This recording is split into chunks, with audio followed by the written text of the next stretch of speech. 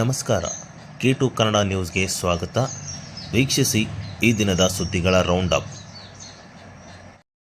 ಅವರಿಗೆ ಆರ್ಥಿಕವಾಗಿ ಹಿಂದುಳಿದವರಿಗೆ ಕೊಡಬೇಕಂತ ಗುರು ಪೂರ್ಣಿಮಾ ಮಹೋತ್ಸವ ಅಂಗವಾಗಿ ದಿನಾಂಕ 29 ಮತ್ತು 30ರಂದು ಓಂ ಸಾಯಿ ಧ್ಯಾನ ಮಂದಿರದಲ್ಲಿ ವೈವಿಧ್ಯಮಯ ಧಾರ್ಮಿಕ, ಆಧ್ಯಾತ್ಮಿಕ, ಸಾಂಸ್ಕೃತಿಕ ಹಾಗೂ ಸೇವಾ ಕಾರ್ಯಕ್ರಮಗಳನ್ನು ಆಯೋಜಿಸಲಾಗಿದ್ದು, ಶಿರಡಿಯಿಂದ ಶ್ರೀ ಸಾಯಿಬಾಬಾರವರು ಧರಿಸಿದ ಪವಿತ್ರ ಕೌಪೀನದ ಅಪರೂಪದ ದರ್ಶನವನ್ನು ಭಕ್ತರಿಗೆ ಕಲ್ಪಿಸಲಾಗುವುದು ಎಂದು ಓಂ ಸಾಯಿ ಧ್ಯಾನ ಮಂದಿರದ ಸಂಸ್ಥಾಪಕ ಹಾಗೂ ಧರ್ಮಾಧಿಕಾರಿ ಸಾಯಿ ಕಿರಣ್ ಹಾದೋನಿ ಗುರುಜಿ ಅವರು ಹೇಳಿದರು.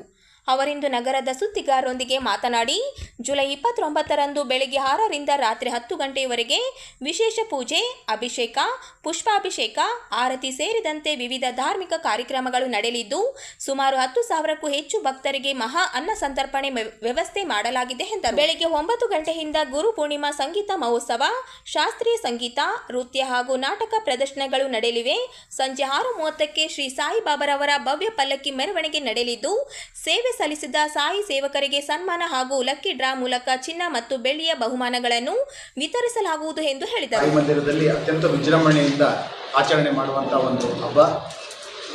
ಈ ಒಂದು ಕಾರ್ಯಕ್ರಮದಲ್ಲಿ ಬೆಳಿಗ್ಗೆ 6 ಗಂಟೆಯಿಂದ ರಾತ್ರಿ 9 ಗಂಟೆಯವರೆಗೆ ವಿಶೇಷ ಪೂಜೆ ಕಾರ್ಯಕ್ರಮಗಳು, ಜೊತೆಗೆ ಮಧ್ಯಾಹ್ನ 12:30 ಗಂಟೆಯಿಂದ ಒಂದು 10,000 ಭಕ್ತಾದಿಗಳಿಗೆ ಅನ್ನ ಸಂತರ್ಪಣೆ, ಸಾಯಂಕಾಲ ಪಲ್ಲಕ್ಕಿ ಸೇವೆ, ಅದರ ಜೊತೆಗೆ ವಿಶೇಷ ಆಕರ್ಷಣೆಯಾಗಿ ಶಿರಡಿಯಿಂದ ಸಾಯಿಬಾಬಾರವರು ಇದ್ದಾಗ ಧರಿಸಿದಂಥ ಪವಿತ್ರ ಕಾಫ್ನಿ ನಮ್ಮ ರಾಯಚೂರಿಗೆ ಬರ್ತಾ ಇದೆ. ಭಾಳ ವರ್ಷಗಳ ನಂತರ ಈ ಒಂದು ಕಾಫ್ನಿ ಮತ್ತೆ ನಮ್ಮ ರಾಯಚೂರಿಗೆ ಬರ್ತಾ ಇದೆ. ಅವರು ಇದ್ದಾಗ ಏನು ಧರಿಸಿದ್ರು ಅಂಥ ಒಂದು ಕಾಫ್ನಿ ನಮ್ಮ ಮಂದಿರಕ್ಕೆ ಬರ್ತಾ ಇದೆ. ಮಾಲ್ಸಾಪತಿ ಅಂತೇಳಿ ಬಾಬಾರವರಿಗೆ ಸಾಯಿ ಅಂತ ಹೆಸರಿಟ್ಟು ಕರೆದಂಥ ಮಹಾನ್ ಭಕ್ತ, ಅವರ 4ನೇ ವಂಶದ ಮರಿಮೊಮ್ಮಗ ಶ್ರೀಕಾಂತ್ ಅಂತೇಳಿ ಅವರು ಬರ್ತಾ ಇದ್ದಾರೆ. 2 ದಿನಗಳ ಕಾಲ ಬೆಳಿಗ್ಗೆ 9ರಿಂದ ರಾತ್ರಿ 9 ಗಂಟೆವರೆಗೆ ನಿರಂತರ ಮಂದಿರದಲ್ಲೇ ದರ್ಶನಕ್ಕೆ ಸಾರ್ವಜನಿಕ ಎಲ್ಲರಿಗೂ ದರ್ಶನಕ್ಕೆ ಲಭ್ಯವಿರುತ್ತದೆ. ಅದ್ರ ಜೊತೆಗೆ ಈ ಒಂದು ಗುರುಪೂರ್ಣಿಮಾ ದಿನದಂದು ನಾವು ಒಂದು ಶೈಕ್ಷಣಿಕ ಸಹಾಯ ಯೋಜನೆ ಅಂತೇಳಿ ಪ್ರಾರಂಭ ಮಾಡಿದ್ದೇವೆ. ನಮ್ಮ ಶ್ರೀ ಶಿರಡಿ ಸಾಯಿಬಾಬಾ ಸೇವಾ ಚಾರಿಟೇಬಲ್ ಟ್ರಸ್ಟ್ ಹಾಗೂ ನನ್ನ ಸಹೋದರ ಅಭಿಲಾಷ್ ಚಕ್ಳ ಹಾಗೂ ಸಂತೋಷ್ ಪಾಟೀಲ್ ಅಂತೇಳಿ 3 ಸೇರಿ PUC 90% ಮೇಲೆ ಯಾರ್ಯಾರು ವಿದ್ಯಾರ್ಥಿಗಳು ಅಂಕಗಳು ಪಡ್ಕೊಂಡಿರ್ತಾರೆ ಅಂಥ ಒಂದು ವಿದ್ಯಾರ್ಥಿಗಳಿಗೆ ಅವರಿಗೆ ಸೇವಾ ಶುಲ್ಕ ಆಗಿರ್ಬೋದು, ಆನ್ಲೈನ್ ನೀಟ್ ಪ್ರಿಪ್ರೇಷನ್ ಸಲುವಾಗಿ ಲ್ಯಾಪ್ಟಾಪ್ ಆಗಿರ್ಬೋದು, ಟ್ಯಾಬ್ಲೆಟ್ ಆಗಿರ್ಬೋದು, ಅವರ ಅರ್ಹತೆ ನೋಡಿ ಅವರಿಗೊಂದು ಸೇವಾ ಸಹಾಯ ಮಾಡಬೇಕಂತೇಳಿ ನಿರ್ಧಾರ ಮಾಡಿದ್ದೇವೆ. ಮೊದಲನೇ ಹಂತವಾಗಿ ನಾಳೆ ಗುರುಪೂರ್ಣಿಮಾ ದಿನದಂದು ಲಿಂಗಸೂರಿನ ನರಸಿಂಹ ಹಾಗೂ ವಿಜಯಲಕ್ಷ್ಮಿ ದಂಪತಿಗಳ ಸುಪುತ್ರಿ ಪ್ರಜ್ಞಾ 90.33% ತಗೊಂಡಿದ್ದಾಳೆ. ಆ ಎಮ್ಮನ್ನು ಆಯ್ಕೆ ಮಾಡಿದ್ದೇವೆ. ಅವರು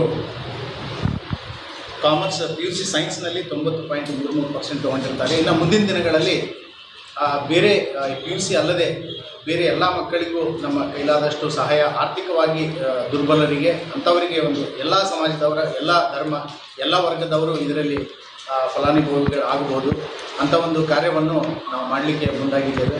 ಹಾಗಾಗಿ ಎಲ್ಲರ ಸಹಕಾರ ಇದಕ್ಕೆ ಬೇಕಾಗುತ್ತೆ. ಸೊ ಹೋದ ವರ್ಷ 30,000 ಮೇಲ್ಪಟ್ಟು ಭಕ್ತಾದಿಗಳು ನಮ್ಮ ಸಾಯಿ ಮಂದಿರಕ್ಕೆ ಬಾಬಾರ ದರ್ಶನಕ್ಕೆ ಬಂದಿದ್ದರು. ಈ ವರ್ಷವೂ ಅದಕ್ಕಿಂತ ಹೆಚ್ಚಿನ ಸಂಖ್ಯೆಯಲ್ಲಿ ಬರ್ಬೋದು ಅನ್ನೋ ನಿರೀಕ್ಷೆ ಇದೆ. ಹಾಗಾಗಿ ಎಲ್ಲರಿಗೂ ಈ ಒಂದು ಸದ್ಗುರು ಸಾಯಿನಾಥನ ಕಾಫ್ನಿ ದರ್ಶನ ಆಗುವಂಥ ನಮ್ಮ ಆಸೆ ಇದೆ. ಎಲ್ಲರಿಗೂ ಆಶೀರ್ವಾದ ಆಗಲಿ ಅಂತೇಳಿ. ಯಾಕಂದರೆ ಅಂಥ ಪವಾಡ ಪುರುಷರ ಒಂದು ವಸ್ತ್ರ, ಅವ್ರ ಮೈ ಮೇಲೆ ಧರಿಸಿದಂಥ ವಸ್ತ್ರವನ್ನು ನಾವು ನೋಡಬೇಕಂದ್ರೆ ಅದೃಷ್ಟ ಬೇಕು. ಹಾಗಾಗಿ ಈ ವಿಷಯ ಎಲ್ಲರಿಗೂ ತಲುಪಲಿ ತಮ್ಮಿಂದ ಅಂತೇಳಿ ನಮ್ಮ ಒಂದು ಟ್ರಸ್ಟ್ನ ವತಿಯಿಂದ. ಬೆಂಗಳೂರು ಶಿವಾಜಿನಗರದಲ್ಲಿ ಪಾದಚಾರಿ ಮಾರ್ಗ ತೆರವು ಕಾರ್ಯಾಚರಣೆ ವೇಳೆ ನಡೆದ ಘಟನೆಗೆ ಸಂಬಂಧಿಸಿದಂತೆ ಕರ್ನಾಟಕ ಸೇನೆ ರಾಯಚೂರು ಜಿಲ್ಲಾ ಘಟಕ ರಾಜ್ಯ ಸರ್ಕಾರಕ್ಕೆ ಮನವಿ ಸಲ್ಲಿಸಿದೆ. ರಾಜ್ಯ ಅಧ್ಯಕ್ಷ ಎಂ ಬಸವರಾಜ ಪಡುಕೋಟಿ ವಿರುದ್ಧ ಕಠಿಣ ಕ್ರಮ ಕೈಗೊಳ್ಳದೆ ಮಾನವೀಯ ದೃಷ್ಟಿಯಿಂದ ಪ್ರಕರಣವನ್ನು ಪರಿಗಣಿಸುವಂತೆ ಸಂಘಟನೆ ಆಗ್ರಹಿಸಿದೆ. ಜುಲೈ 21ರಂದು ಶಿವಾಜಿನಗರದಲ್ಲಿ GBA ಅಧಿಕಾರಿಗಳು ಪಾದಚಾರಿ ಮಾರ್ಗ ತೆರವು ಕಾರ್ಯಾಚರಣೆ ನಡೆಸುವ ವೇಳೆ ನಡೆದ ಅಚಾತುರ್ಯ ಘಟನೆಗೆ ಕರ್ನಾಟಕ ಸೇನೆ ವಿಷಾದ ವ್ಯಕ್ತಪಡಿಸಿದ್ದು, ಸಂಬಂಧಪಟ್ಟ ಅಧಿಕಾರಿಗಳಲ್ಲಿ ಬಹಿರಂಗವಾಗಿ ಕ್ಷಮೆಯಾಚಿಸಿದ್ದಾರೆ. ಜಿಲ್ಲಾ ಘಟಕದ ಮನವಿಯಲ್ಲಿ ಕಾರ್ಯಾಚರಣೆ ವೇಳೆ ಕೆಲ ಅಧಿಕಾರಿಗಳು ರಾಜ್ಯಾಧ್ಯಕ್ಷ ಬಸವರಾಜ ಪಡುಕೋಟಿ ಅವರೊಂದಿಗೆ ಅಸಭ್ಯ ಹಾಗೂ ನಿಂದನಾತ್ಮಕವಾಗಿ ವರ್ತಿಸಿದ್ದರಿಂದ ಕಾರ್ಯಕರ್ತರು ಮತ್ತು ಕೆಲ ವ್ಯಾಪಾರಸ್ಥರು ಆಕ್ರೋಶಗೊಂಡು ಅನುಚಿತವಾಗಿ ನಡೆದುಕೊಂಡಿದ್ದಾರೆ ಎಂದು ಉಲ್ಲೇಖಿಸಲಾಗಿದೆ. ಇಂತಹ ಸೂಕ್ಷ್ಮ ಪ್ರದೇಶಗಳಲ್ಲಿ ಕಾರ್ಯಾಚರಣೆಗೆ ಮುನ್ನ ಸ್ಥಳೀಯ ಕನ್ನಡ ಪರ ಸಂಘಟನೆಗಳೊಂದಿಗೆ ಸಮಾಲೋಚನೆ ನಡೆಸಿದರೆ ಈ ಘಟನೆ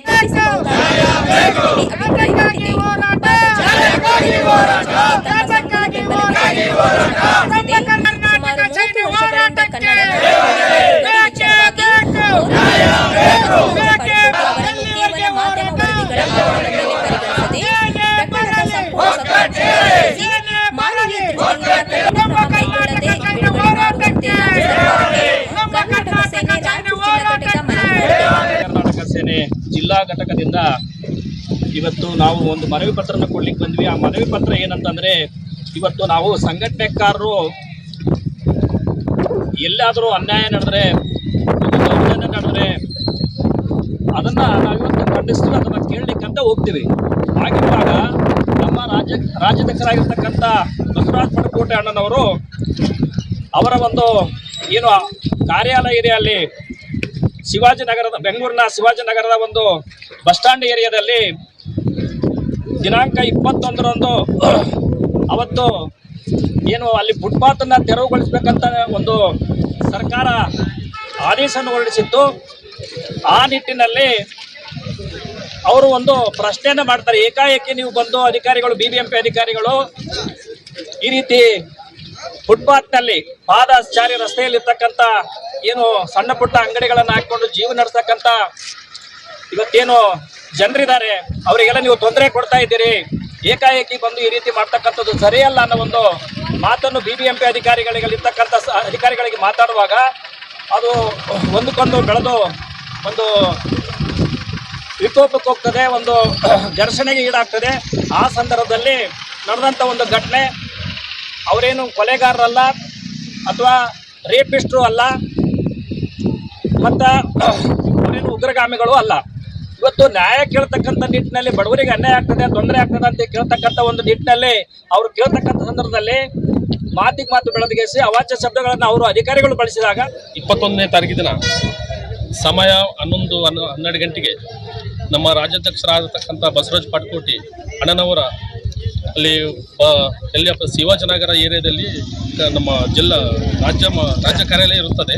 ಆ ಸಂದರ್ಭದಲ್ಲಿ ನಮ್ಮ ಅಣ್ಣನವರು ರಾಜ್ಯಾಧ್ಯಕ್ಷರು ಏನು ಮಾತಾಡಿದ್ದಾರೆ ಅಂದರೆ, ಪಾದಚಾರಿಗಳಲ್ಲಿ ಏಕಾಏಕಿ ಬಂದು BBMP ದಾಳಿ ಮಾಡೋ ವಿಚಾರದಲ್ಲಿ ಅಲ್ಲಿರ್ತಕ್ಕಂಥ ಕನ್ನಡ ಧ್ವಜ ಕಟ್ಟೆ ಐತಿ, ಅದರ ಅಲ್ಲಿರ್ತಕ್ಕಂಥ ನಮ್ಮ ಗಣೇಶ ದೇವಸ್ಥಾನ ಐತೆ, ನೀವು ಆತುರ ಮಾಡ್ಕೇಶ ಅದನ್ನು ತೆರವುಗೊಳಿಸೋ ಕಾರ್ಯವನ್ನು ಮಾಡಬೇಡ್ರಿ, ಒಂದು ಅರ್ಧ ತಾಸಾಗಿ ಇವತ್ತೊಂದು ದಿವಸ ಅವಕಾಶ ಮಾಡಿಕೊಡ್ರಿ ಕೇಳೋ ವಿಚಾರದಲ್ಲಿ ಅಲ್ಲಿ ಸ್ವಲ್ಪ ಮಾತಿನ ಚಕಮಕ ನಡೆದವೆ. ಆಮೇಲೆ ಇಲ್ಲಿ ಏನನ್ನ ಆಗಿರ್ತಕ್ಕಂಥ ಘಟನೆ ಒಂದು ವಿಚಾರ ಅಲ್ಲ, ಬೆಂಗಳೂರಲ್ಲಿ ನಕಲಿ ಹೋರಾಟಗಾರ ಅಂತ ನಮ್ಮ ರಾಜ್ಯಾಧ್ಯಕ್ಷರಿಗೆ ಮಾತಾಡಿರಲ್ಲ, ಯೂಟ್ಯೂಬ್ ಚಾನಲ್ಗಳಲ್ಲಿ ಯೂಟ್ಯೂಬರ್ ಆಗಲಿ ಬೇರೆ ಯಾರೋ ಒಂದು ಸುಮ್ಮನೆ ರಾಜ್ಯಾಧ್ಯಕ್ಷ ಸಂಘಟನೆ ಕಟ್ಕೊಂಡು ಎಲ್ಲೋ ಮೂಲೆ ಕುಂತ್ಕಸಿ ಎಲ್ಲೋ ಕಾರಲ್ಲಿ ಕುಂತ್ಕೊಂಡು ನಮ್ಮ ಆ ಗೌಡ ಈ ಗೌಡ ಅನ್ಕಂತ ಯಾರೋ ಗೌಡ್ರವರು, ನಾನು ಒಂದು ಹೇಳ್ತೀನಿ ಅವರಿಗೆ, ಯಾರೇ ಆಗಲಿ ಒಬ್ಬ ವ್ಯಕ್ತಿ ಕನ್ನಡ ಪರ ಹೋರಾಟ ಮಾಡೋಣ ನಿಯತ್ತಾಗಿ ಹೋರಾಟ ಮಾಡಿದಂತ ನಾನು ನನ್ನ ಹೋರಾಟ ಜೀವನದಲ್ಲಿ ನೋಡ್ತಕ್ಕಂಥ ವಿಚಾರ ನಮ್ಮ ಬಸವರಾಜ ಪಡುಕೋಟಿ. ಯಾಕಂದ್ರೆ ಉತ್ತರ ಕರ್ನಾಟಕದವರು ಬಂದ ಕಸ ಅಲ್ಲಿ ಬೆಂಗಳೂರಿಗೆ ಜೀವನ ಮಾಡಿ ಬರೆದು ಕೊಟ್ಟಾರ. ಎಲ್ಲಿಂದ ಬಂದಾನ ಶಿವಾಜಿನಗರ ಕಬ್ಜಾ ಮಾಡೋಣ, ಅದು ಮಾಡೋಣ. ಶಿವಾಜಿನಗರ ಕಬ್ಜಾ ಮಾಡಕ್ಕೆ ಯಾರು ಮಾಡ್ತಾರ್ರಿ? ಸ್ವಲ್ಪ ಗಮನದಲ್ಲಿ ಇಟ್ಕೊಂಡು ಮಾತಾಡಬೇಕು. ಮನಸ್ಸಿಗೆ ಬಂದಂಗೆ ಕೈಯಾಗ ಮೊಬೈಲ್ ಅದ ಅಂತೇಳಿ ಬಾಯಿಗೆ ಬಂದಂಗೆ ಮಾತಾಡ್ತಕ್ಕಂಥ ವಿಚಾರಗಳು ಬಂದ್ ಮಾಡಬೇಕು. ಮುಂದಿನ ದಿನಗಳಲ್ಲಿ ಯಾರ್ಯಾರು ಏನಾರ ಕಾಮಿಡಿಗಳು ಮಾಡಿದ್ದಾರೆ ಅವರ ವಿರುದ್ಧ ಹೋರಾಟ ಮಾಡ್ತೀವಿ. ಅವ್ರ ವಿರುದ್ಧ ನಾವು ಒಂದು ಕೇಸು ದಾಖಲಾ ಮಾಡ್ಕೋತೀವಿ. ಒಂದು ಎರಡನೇದೇನಪ್ಪ ಅಂದ್ರೆ ಅಲ್ಲಿ ಇರ್ತಕ್ಕಂಥ ಕನ್ನಡ ಗಣೇಶ ಕಟ್ಟನ್ನ ತೆರವುಗೊಳಿಸೋ ಆಗ ಟೈಮಲ್ಲಿ ಸ್ವಲ್ಪ ತಪ್ಪುಗಳು ಆಗಿದ್ದಾವೆ. ಅವ್ರ ಮೇಲೆ ಏನೋ ಆರತೂರಿಯಾಗಿ ಒಂದು ಕೈಯನ್ನು ಮಾಡ್ಕೊಂಡಿದ್ದಾರೆ. ಆಮೇಲೆ ಅಲ್ಲಿ ವಿಡಿಯೋ ಆದ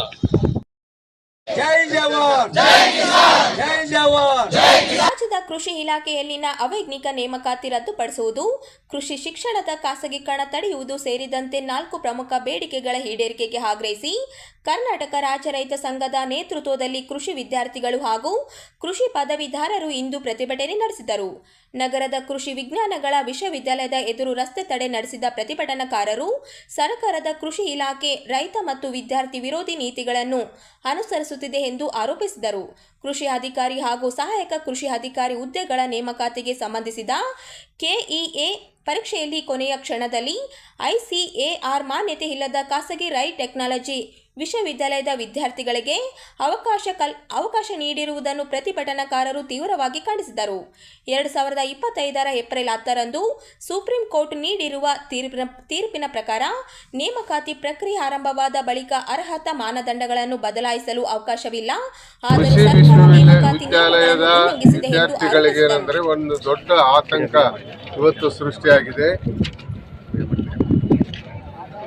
ಕೃಷಿ ಪದವೀಧರನ್ನ ಕೃಷಿ ಅಧಿಕಾರಿಗಳನ್ನಾಗಿ ಇದುವರೆಗೆ ನೇಮಕ ಮಾಡ್ತಿದ್ರು. ಆದರೆ ಈಗ ಏನಾಗಿದೆ ಅಂದ್ರೆ ಸರ್ಕಾರ ತನ್ನ ನಿಲುವು ಬದಲಾವಣೆ ಮಾಡಿ BE ಬಯೋಟೆಕ್ನಾಲಜಿ ಮಾಡಿದಂಥವ್ರನ್ನ ಕೃಷಿ ಅಧಿಕಾರಿಗಳನ್ನಾಗಿ ನೇಮಕ ಮಾಡಲಿಕ್ಕೆ ಒಂದು ಪರೀಕ್ಷೆ ನಡೆಸ್ತಾ ಇದೆ. ಅದ್ರ ಜೊತೆಗೆ ಇವತ್ತು ಏನು ಖಾಸಗೀಕರಣ ಕೃಷಿ ಒಂದು ತಾಂತ್ರಿಕತೆಯನ್ನ ಕೃಷಿ ವಿಜ್ಞಾನವನ್ನ ಇವತ್ತು ವಿದ್ಯಾರ್ಜನೆ ಮಾಡ್ತಕ್ಕಂಥ ವಿದ್ಯಾರ್ಥಿಗಳನ್ನ ಇವತ್ತು ಅವರಿಗೆ ವಂಚನೆ ಮಾಡಿ ಈ ಒಂದು ಖಾಸಗೀಕರಣ ಮಾಡಿ ಖಾಸಗಿ ಅವರಿಗೆ ಕೃಷಿ ಕಾಲೇಜುಗಳನ್ನು ನಡೆಸಲಿಕ್ಕೆ ಅನುಮತಿ ಕೊಟ್ಟಿದೆ. ಇದರಿಂದ ಏನಂದ್ರೆ ರೈತರ ಮಕ್ಕಳಿಗೆ ಇವತ್ತು ಈ ಒಂದು ಅಭ್ಯಾಸ ಮಾಡೋದು ಬಹಳ ದೊಡ್ಡ ವಂಚಿತ ಆಗ್ತದೆ.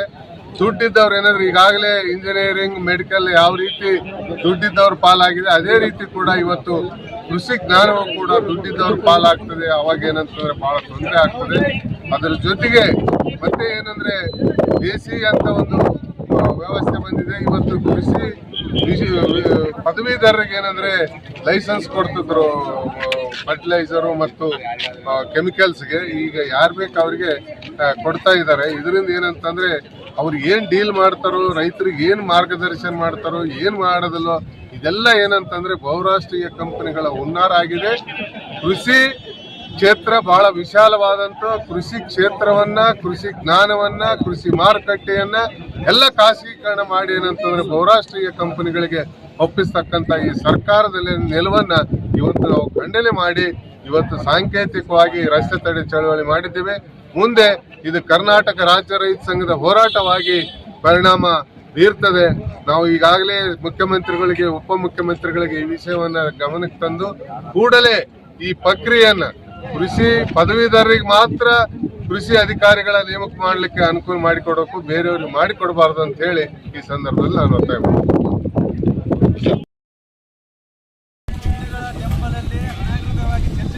ರಾಯಚೂರು ಜಿಲ್ಲೆಯ ಬಿಚ್ಚಾಲಿ ಕ್ಯಾಂಪ್ನಲ್ಲಿ ಸರ್ಕಾರಿ ಜಾಗ ಅತಿಕ್ರಮಣ ಆರೋಪ. ಪುನರ್ವಸತಿ ಬಡಾವಣೆಯಲ್ಲಿ ದೇವಾಲಯಕ್ಕೆ ಮೀಸಲಾಗಿದ್ದ ಜಾಗದಲ್ಲಿ ಚರ್ಚ್ ಕಟ್ಟಡ ನಿರ್ಮಿಸಲಾಗಿದೆ ಎಂದು ಗ್ರಾಮಸ್ಥರು ಆರೋಪಿಸಿದ್ದಾರೆ. ಹಲವು ಬಾರಿ ದೂರು ನೀಡಿದರೂ ಅಧಿಕಾರಿಗಳು ಕ್ರಮ ಕೈಗೊಂಡಿಲ್ಲ ಎಂದು ಅಸಮಾಧಾನ ವ್ಯಕ್ತಪಡಿಸಿದ್ದಾರೆ. 2009ರ ತುಂಗಭದ್ರಾ ಪ್ರವಾಹದ ಬಳಿಕ ಪುನರ್ವಸತಿ ಯೋಜನೆ ಅಡಿ ನಿರ್ಮಿಸಲಾದ ಬಿಚ್ಚಾಲಿ ಕ್ಯಾಂಪ್ ಬಡಾವಣೆಯಲ್ಲಿ ಇದೀಗ ಸರ್ಕಾರಿ ಜಾಗ ಅತಿಕ್ರಮಣದ ಆರೋಪ ಕೇಳಿಬಂದಿದೆ. ಗ್ರಾಮಸ್ಥರ ಆರೋಪದ ಪ್ರಕಾರ ಮೂಲ ಪುನರ್ವಸತಿ ನಕ್ಷೆಯಲ್ಲಿ ಚರ್ಚ್ ನಿರ್ಮಾಣಕ್ಕೆ ಪ್ರತ್ಯೇಕ ಜಾಗ ಗುರುತಿಸಲಾಗಿದ್ದರೂ ಆ ಜಾಗದಲ್ಲಿ ಕಟ್ಟಡ ನಿರ್ಮಿಸದೆ ದೇವಾಲಯಕ್ಕೆ ಮೀಸಲಾಗಿದ್ದ ಸ್ಥಳದಲ್ಲೇ ಚರ್ಚ್ ನಿರ್ಮಿಸಲಾಗಿದೆ ಎಂದು ಆರೋಪಿಸಲಾಗಿದೆ. ಅಲ್ಲದೆ ದೇವಾಲಯದ ಪಕ್ಕದಲ್ಲಿರುವ ಖಾಲಿ ಸರ್ಕಾರಿ ಜಾಗವನ್ನು ಅತಿಕ್ರಮಿಸಲಾಗುತ್ತಿದೆ ಎಂದು ಗ್ರಾಮಸ್ಥರು ದೂರಿದ್ದಾರೆ. ಈ ಕುರಿತು ತಹಶೀಲ್ದಾರ್, ಸಹಕಾರ ಆಯುಕ್ತರು ಹಾಗೂ ಜಿಲ್ಲಾ ಅಧಿಕಾರಿಗಳಿಗೆ ಹಲವು ಬಾರಿ ದೂರು ಸಲ್ಲಿಸಿದರೂ ಯಾವುದೇ ಕ್ರಮ ಕೈಗೊಳ್ಳಲಾಗಿಲ್ಲ ಎಂದು ಗ್ರಾಮಸ್ಥರು ಆರೋಪಿಸಿದ್ದಾರೆ. ರಾಜಕೀಯ ಒತ್ತಡದ ಕಾರಣ ಅಧಿಕಾರಿಗಳು ಮೌನ ವಹಿಸಿದ್ದಾರೆ ಎಂಬ ಆರೋಪವು ಕೇಳಿಬಂದಿದೆ. ಆದ್ದರಿಂದ ಪುನರ್ವಸತಿ ಬಡಾವಣೆಯ ಮೂಲ ನಕ್ಷೆ ಹಾಗೂ ಸರ್ಕಾರಿ ದಾಖಲೆಗಳ ಆಧಾರದ ಮೇಲೆ ಸ್ಥಳ ಪರಿಶೀಲನೆ ನಡೆಸಿ ಅಕ್ರಮ ನಿರ್ಮಾಣ ಅಥವಾ ಅತಿಕ್ರಮಣ ಕಂಡುಬಂದರೆ ಕಾನೂನುಬದ್ಧ ಕ್ರಮ ಕೈಗೊಂಡು ಸರ್ಕಾರಿ ಜಾಗವನ್ನು ತೆರವುಗೊಳಿಸಬೇಕು ಎಂದು ಬಿಚ್ಚಾಲಿ ಕ್ಯಾಂಪ್ ಗ್ರಾಮಸ್ಥರು ಆಗ್ರಹಿಸಿದ್ದಾರೆ. 9ರಲ್ಲಿ ಬಿಚ್ಚಾಲಿ ಕ್ಯಾಂಪಲ್ಲಿ ಫ್ಲಡ್ ಏರಿಯಾ ಬಂದಿತ್ತು. ಆ ಫ್ಲಡ್ ಏರಿಯಾದಲ್ಲಿ ಸರ್ಕಾರ ನಮಗೆ ಮನೆಗಳು, ರೋಡ್ಗೆ ಮನೆಗಳು ಮಂಜೂರು ಮಾಡಿತ್ತು. ಅವರೇ ಮನೆ ಕಟ್ಟಿಸ್ಕೊಟ್ಟಿದ್ರು. ಅದರಲ್ಲಿ ಪಾರ್ಕು, ಟೆಂಪಲ್ಲು, ಚರ್ಚ್ ಅಂತ ಈ ಥರ ಎಲ್ಲ ಮೆನ್ಷನ್ ಮಾಡಿದ್ದಾರೆ. ಪಾರ್ಕ್ ಎಲ್ಲಿದೆ, ಅವರು ಕ್ರೈಸ್ತದವರು ಚರ್ಚ್ ಪ್ಲೇಸ್ ಬಿಟ್ಟು ನಮ್ಮ ಹಿಂದೂಗಳಿಗೆ ಅಂತ ಮೀಸಲಾಗಿಟ್ಟ ಟೆಂಪಲ್ ಪ್ಲೇಸಲ್ಲಿ ಚರ್ಚ್ ಬಂದು ಕಟ್ಟಿದ್ದಾರೆ. ಆವತ್ತು ಕಟ್ಟಿದ ಸ್ಟಾರ್ಟ್ ಮಾಡಿದ್ದಲ್ಲಿದ್ದ ನಾವು 2002ರಿಂದ ಎಲ್ಲಿ ಗ್ರಾಮ ಪಂಚಾಯತ್ ಹಿಡಿದು DC ಆಫೀಸ್ ತನ ಲೆಟ್ರ್ ಕೊಟ್ಕೊಂಡೇ ಬಂದಿದ್ದೀವಿ. ಒಬ್ಬರು ನಮ್ಮನ್ನ ಯಾರು ಕೇರೆ ಮಾಡಿಲ್ಲ. ಇದರಲ್ಲಿ ರಾಜಕೀಯ ಬಲ ಇದೆ. ರಾಜಕೀಯ ಬಲದಿಂದ ಇದು ಮಾಡಿದ್ದಾರೆ. ಇವಾಗ ನಮಗೆ ಏನಿದೆ, ಆ ಚರ್ಚನ್ನು ತೆರವು ಮಾಡಬೇಕು. DC ಅವ್ರಿಗೆ ಇವಾಗೂ 3 ಸಾರಿ ತಿರುಗೋದು DC ಆಫೀಸಿಗೆ ಬಂದು. ಆಯಿತು, AC ಹೇಳಿದ್ದೀನಿ, ಗ್ರೌಂಡ್ ರಿಪೋರ್ಟ್ ಮಾಡ್ತೀನಿ ಅಂತಿದ್ದಾರೆ. AC ಬರಲಿಲ್ಲ, ಯಾರೂ ಬರಲಿಲ್ಲ. ತಹಶೀಲ್ದಾರ್ಗೆ ಕೇಳಿದರೆ ಅವರು ನಮ್ಗೆ ಗೊತ್ತಿಲ್ಲ ಅಂತಾರೆ. ಇದು ಪರ್ಮಿಷನ್ನೇ ಇಲ್ಲ ಅಂತ ಚರ್ಚ್ ಕಟ್ಟಿದ್ದಾರೆ.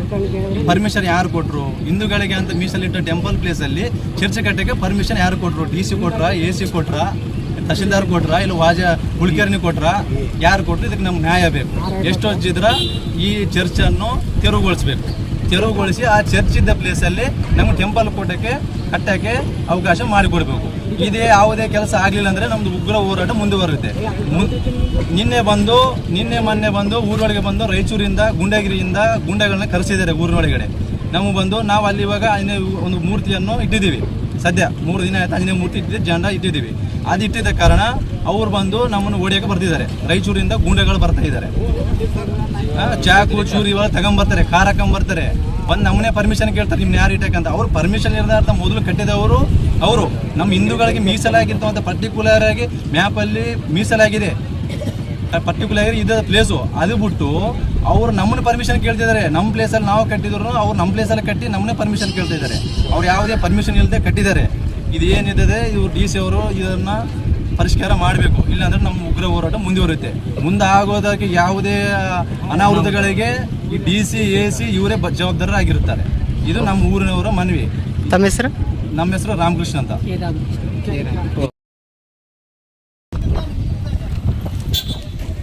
ಮಹಾನಗರ ವ್ಯಾಪ್ತಿಯ ಖಾಸಗಿ ಜಮೀನಿನಲ್ಲಿರುವ ಸ್ಲಂ ಪ್ರದೇಶಗಳನ್ನು ಕಂದಾಯ ಗ್ರಾಮಗಳಾಗಿ ಪರಿವರ್ತಿಸಿ ಅಲ್ಲಿನ ನಿವಾಸಿಗಳಿಗೆ ಹಕ್ಕುಪತ್ರ ವಿತರಿಸುವಂತೆ ಒತ್ತಾಯಿಸಿ ರಾಯಚೂರು ಸ್ಲಂ ನಿವಾಸಿಗಳ ಕ್ರಿಯಾ ವೇದಿಕೆ ಹಾಗೂ ಸ್ಲಂ ಜನಾಂದೋಲನ ಕರ್ನಾಟಕ ಸದಸ್ಯ ಸಂಘಟನೆಯ ಪದಾಧಿಕಾರಿಗಳು ಜಿಲ್ಲಾ ಅಧಿಕಾರಿಗಳಿಗೆ ಮನವಿ ಸಲ್ಲಿಸಿದರು.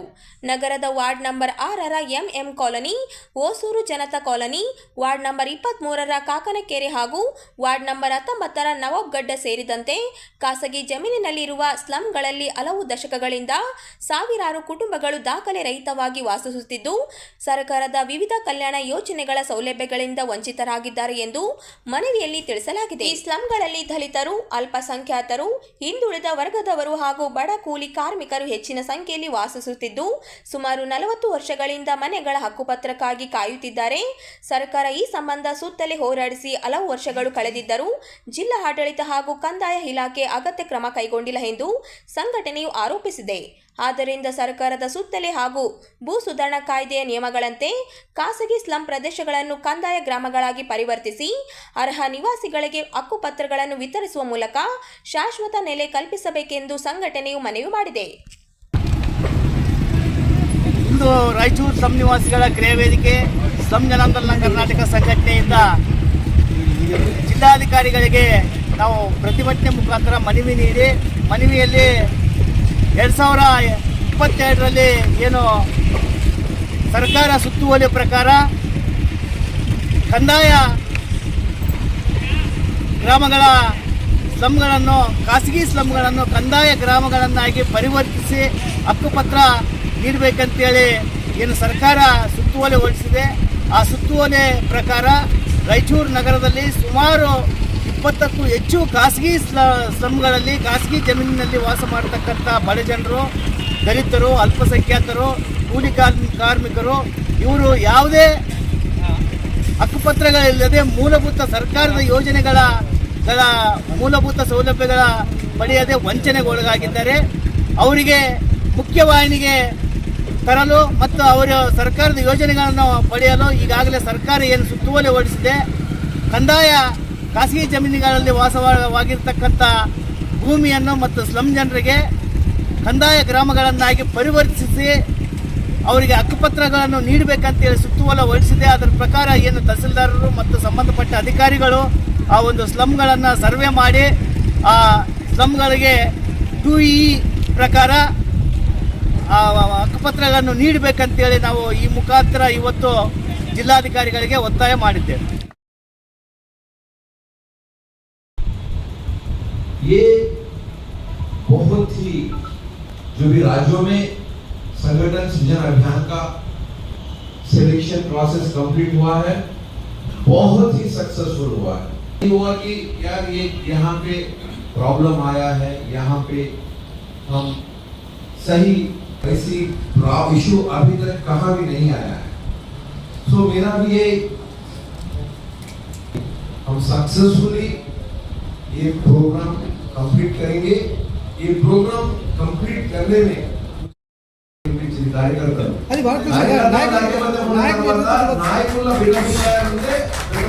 నాయకుల భిన్నాభిప్రాయాలు ఎలా చేస్తారంటున్నాం. అది నాయకులలో భిన్నాభిప్రాయాలు ఉంటే పెద్దగా ఆలోచించాల్సిన అవసరం లేదు. మేము దాన్ని సర్చ్ చేసుకుంటాం. 4 వర్గాలు గెలిపించేది కార్యకర్తలో ఐకమత్యం ఉన్నంత వరకు మాకు ఎట్లాంటి సమస్య ఉండదు అని చెప్పేసి గట్టి అభిప్రాయం. అంతమంది కలిసాం. వేల కాదు, ఇంకా మన ఈ జిల్లాలో లక్షలలో ఉంటారు కార్యకర్తలు. ఎన్ని రోజులు కావాలి అన్ని రోజులు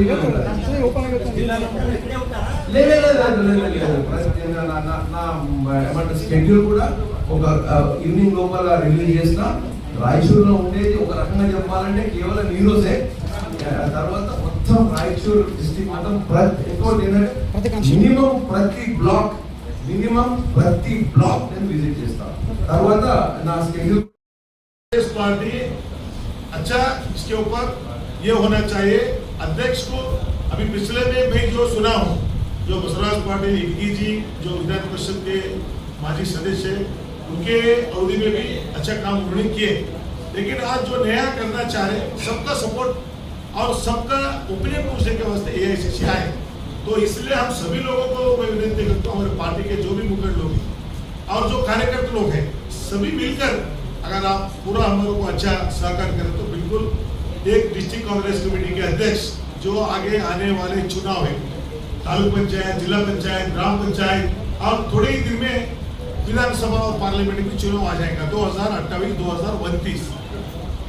ಇದೆಲ್ಲ ಪೂರ್ವದಲ್ಲಿ ಒಂದು ಸಂಘಟನೆ ಆಗಬೇಕು, ಜಿಲ್ಲಾಧ್ಯಕ್ಷರು ಹೊಸೊಬ್ಬರಿಗೆ ಆಯ್ಕೆ ಮಾಡಬೇಕು. ಇದು ಬರೀ ನಿಮ್ಮ ರಾಯಚೂರಲ್ಲ, ಇಡೀ ಬೇರೆ ಬೇರೆ ಇಡೀ ದೇಶದಲ್ಲಿ ಈ ಒಂದು ಪ್ರಾರಂಭ ಮಾಡಿದ್ದಾರೆ. अभी हमारे AICC साहब ने बताया अभी कहां पर कौन सा स्टेट में हमने ये काम किए, बहुत अच्छा तरीके से हो गया और सक्सेसफुल हो गया और यहाँ पर भी वही करना चाह रहे लोग. नमू ಕೂಡ ಮನೆ ಬೆಂಗಳೂರಲ್ಲಿ ನಮ್ಮ ಪಕ್ಷದ ವೇಣುಗೋಪಾಲ್ ಜಿ ಅವರು, ಸುರ್ಜಿವಾಲ್ ಅವರು, ಮುಖ್ಯಮಂತ್ರಿಗಳು DK ಶಿವಕುಮಾರ್ ಜಿ ಅವರು ಇದು ಉದ್ದೇಶಿಸಿ ಯಾವ ರೀತಿ ಆಯ್ಕೆ ಮಾಡಬೇಕು, ಏನು ಮಾಡಬೇಕು ಇದೆಲ್ಲರೂ ಕೂಡ ಹೇಳಿದ್ದಾರೆ. ಇದು ಎಲ್ಲಿ ಆಯ್ಕೆ